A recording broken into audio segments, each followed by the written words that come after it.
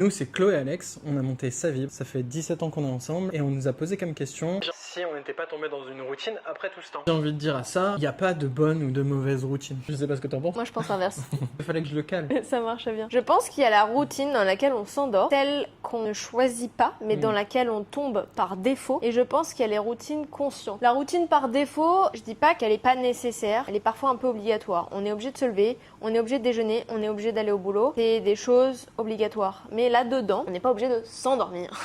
Et c'est là où c'est difficile et c'est là où ça demande du travail. C'est comme si tu décides de te mettre au sport. C'est une routine mais qui va être bonne pour toi. Qui va être bonne. Je pense que du coup, on peut appliquer des bonnes routines au couple en faisant des choses qui deviennent des habitudes, mais qui sont bénéfiques. Ouais, et qui permettent au couple d'évoluer. On a fait une vidéo sur notre rituel qui est pour nous du coup une routine, mais une bonne routine qui permet de nous reconnecter à ce moment-là. Il y a des routines où voilà, t'es obligé de le faire, mais il y a ces routines que toi tu vas mettre en place parce que tu sais que ton couple va upgrade, level up, va grandir en fait. Et c'est ça qui va tout changer. Et c'est là où après 17 ans, nous on se retrouve aussi. C'est qu'on essaye toujours de mettre des choses en place pour faire grandir notre couple et pas tomber dans cette juste routine de base qui va être, on se lève, on passe la journée, on se regarde une série Netflix et on va se coucher. Super. T'as fait quoi pour ton couple? Rien. C'est là où du coup, tu peux installer une certaine routine mais qui va te permettre de grandir.